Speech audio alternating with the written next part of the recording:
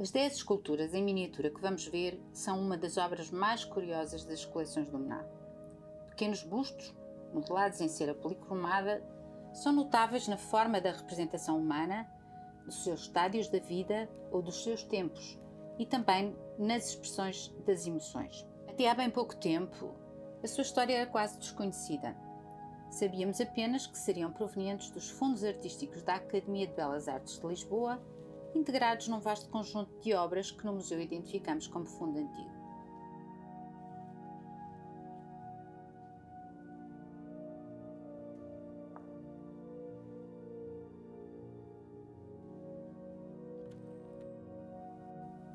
Quis a fortuna que, ao estudarmos o presépio dito dos Marqueses de Belas, estas pequenas obras de arte ganhassem uma nova vida, apurando-se que pertenceram ao mesmo proprietário, a José Joaquim de Castro, que foi o rico detentor da patente de produção da água de Inglaterra e cujo perfil de mecenas, amante das artes e de colecionador oitocentista, começa então agora a desenhar-se com mais clareza. José Joaquim de Castro, solteiro, sem filhos, fez testamento em 1842, deixando ao sobrinho, o abade António Damas de Castro e Sousa, uma caixa de madeira com diferentes repartimentos que conservavam 10 pequenas figuras, em que a primeira tinha o título de Culpa Original e a última Paraíso. Tendo morrido em 1847, a memória da propriedade do tio Castro desapareceu rapidamente. Logo em 1851, junto com outras obras, em que se incluía a Conta de Rezar, igualmente herdada por Castro e Sousa e hoje também pertencendo às coleções do MNA, o abade Castro mostra estes bustos na exposição filantrópica realizada em Lisboa, identificando-os então como modelos de meios corpos que representariam a culpa original, a graça batismal, a inocência, a prosperidade, a doença, a morte, o juízo, o purgatório, o inferno e o paraíso. Logo aí se chamava a atenção para a proximidade destas esculturas com o estilo de Miguel Ângelo. Em 1860, o mesmo abade Castro, um antiquarista sócio honorário da Academia de Belas Artes de Lisboa, pede a avaliação das peças à mesma Academia e nessa sequência proporá a sua venda pelo valor de 600 mil reis, dizendo que era para que tais objetos não saíssem do país e avançando com uma atribuição ao exímio escultor Júlio Gaetano de Zumbo.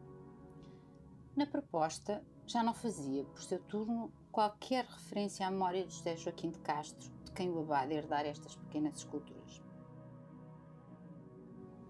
Zumbo, o escultor de origem siciliana, nascido em 1656 e morto em 1701, trabalhara no final do século XVII e era o escultor em cera mais reputado no século XIX, altura em que as nossas peças estavam a ser apreciadas. Este artista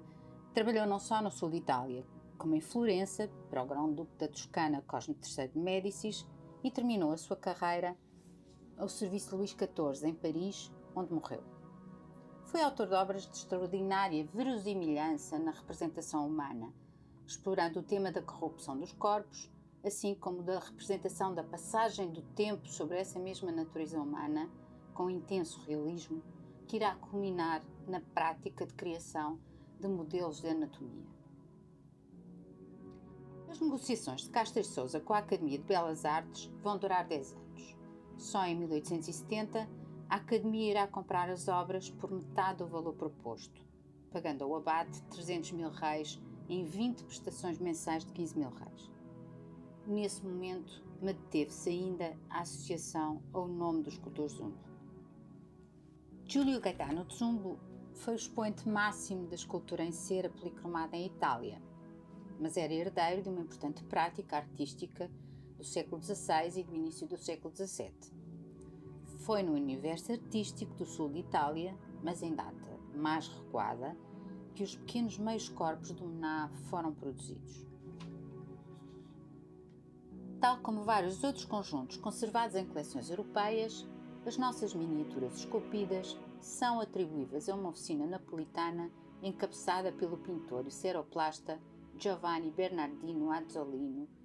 que era de origem siciliana e se estabelecer em Nápoles no final do século XVI, tal como irá posteriormente acontecer com Zumbo.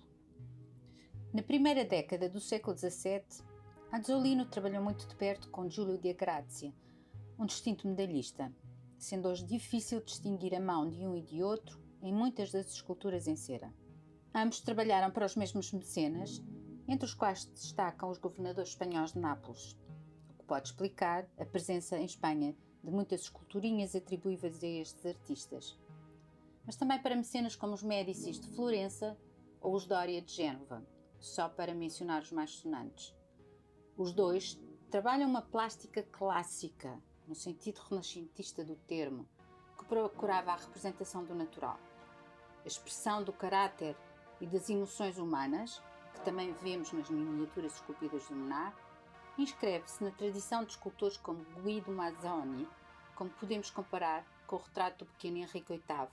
ou na cabeça de José de Arimateia, na Lamentação sobre Cristo morto de uma igreja de Nápoles.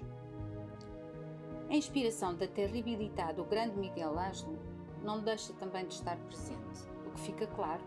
quando comparamos um dos nossos bustos com o desenho da alma condenada da mão do mestre. Azzolino e de Grazia mantiveram relações muito próximas com Giuseppe de Ribera, o pintor espanhol que estadiou em Nápoles. Para além das relações laborais, acabaram por estabelecer relações familiares,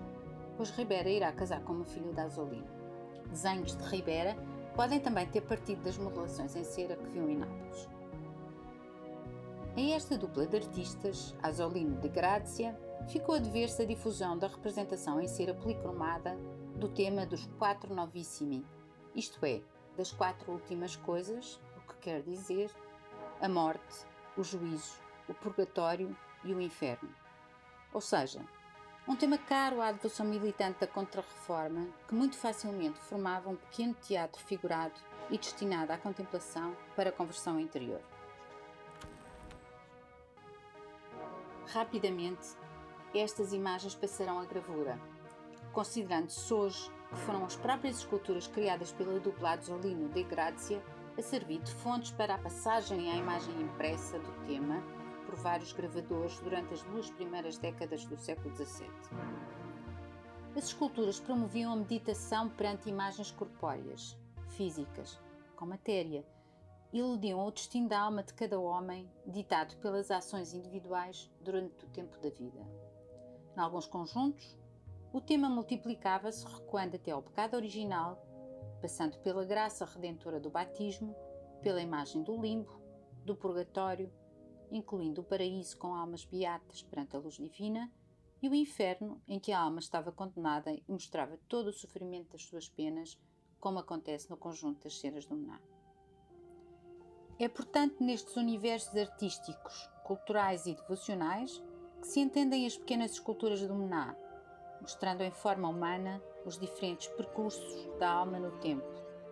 fazendo corresponder estes tempos do espírito às diferentes idades da vida, ou seja, aos tempos do corpo, assim como às expressões e às emoções que representam e simbolizam estes fragmentos de tempo, simultaneamente materiais e espirituais.